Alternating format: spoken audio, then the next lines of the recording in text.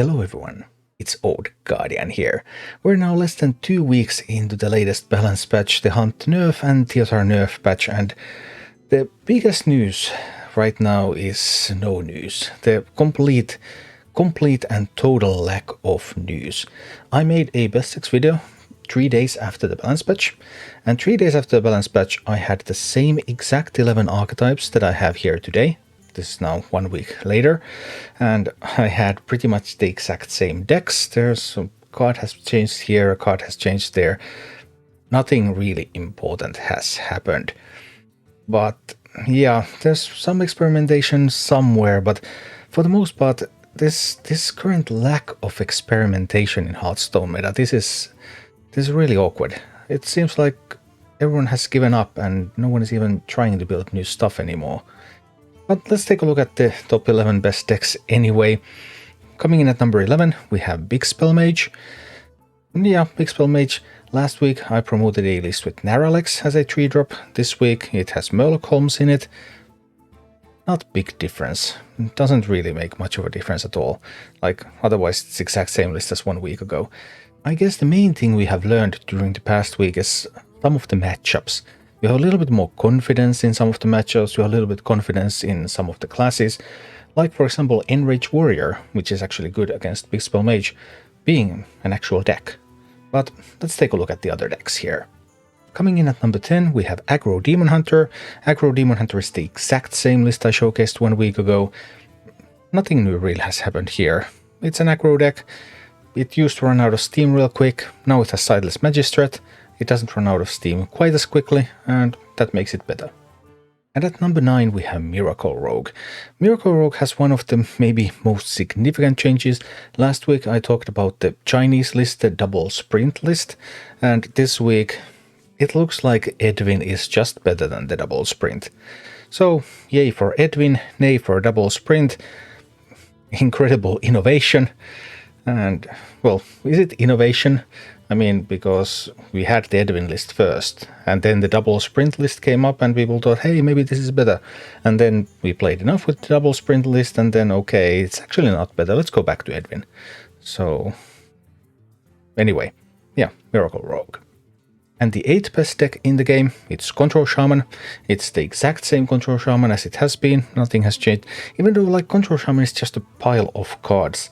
It would be pretty simple to just take out one and put it in something else instead, but even that doesn't seem to be happening. Even Theotar the Mad Duke still is playing Control Shaman, still doing well by the way. Yeah, Control Shaman. The 7th best deck in the game, and one of the upsides of Castle Nathria meta, is that Aggro Druid. Aggro Druid a total budget deck, an absolute budget deck. And you can play this deck easily, all the way to Legend. You don't even need any epics. Although there are some versions of this list that replace the 2 copies of Crude Cook with 2 copies of Composting, but it doesn't look like that's any better. It's just performing pretty much the same as this list. But yeah, you can do that. If you really hate cooks and you want to play with Composting, you want to add a couple of epics, yeah, you can add a couple of epics into Aggro Druid, but it doesn't make much of a difference. What is probably one of the more interesting things about this week is that we finally have a bunch of data about Enrage Warrior, and I can now confidently say that Enrage Warrior is a playable deck. This deck is a real deck. This list is the exact same list I showcased 1 week ago. This is by far the best performing Enrage Warrior list out there. On the other hand, it's not like there would be tons of experimentation and tons of different lists being played, so maybe there's still a way to outdo this one, but right now, this seems to be the way to go, and we have enough sample, we have thousands of games now, so we can say that Enrage Warrior is a real deck. The 5th best deck in the game is Imp Warlock. There is pretty tough contest between Imp Warlock and Curse Imp Warlock on which one is better. Imp Warlock's ticket to fame is that it's much better against Beast Hunter, but it also has matchups that it's weaker, so it's not all clear. And now Beast Hunter numbers, the proportion of people playing Beast Hunter has went down, popularity of Beast Hunter has went down, so that means that the regular Imp Warlock is losing ground compared to the Curse variant, which is just overall a more stable deck and less dependent on what's up at the top. And the 4th best deck in the game is this Curse Imp Warlock. it has the curses, so it always has damage in the late game. It has imps, so it has damage in the early game. Just a very solid deck overall, and one of the best decks in the game. Also the most popular deck right now in the game, and taking that into account, yeah, it's handling the pressure pretty well. Number 3 is Control Paladin. Last week I said that I would like to say that Control Paladin is perhaps the best deck in the game. Well, now we have more data, and Control Paladin is not the best deck in the game, but it is pretty good. Also, Control Paladin is the rare deck where people are actually trying out different things, and there's still like innovation going on with Control Paladin.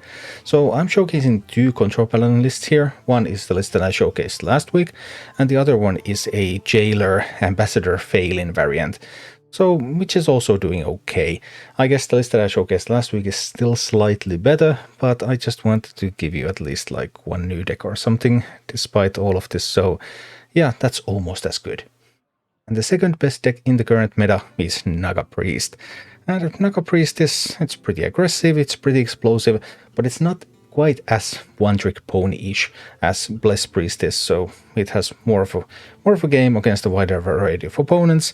It has a bunch of good matchups, bunch of bad matchups, and it just rolls on. But what about the best deck in the game? Well, it's kind of hard to say. I mean, the Hunter nerfs did have an effect. They clearly did have an effect. Hunter is not miles apart from the others anymore, but it looks to me like Beast Hunter is still slightly, but still the best deck in the game, and you can just play the old build, nothing has changed, the Tarantula build is still the strongest, and yeah, these are decks that you can play, and these are decks that you can climb with. Very little going on overall in the meta, and that is quite worrying. We're desperately in need of a new expansion by now.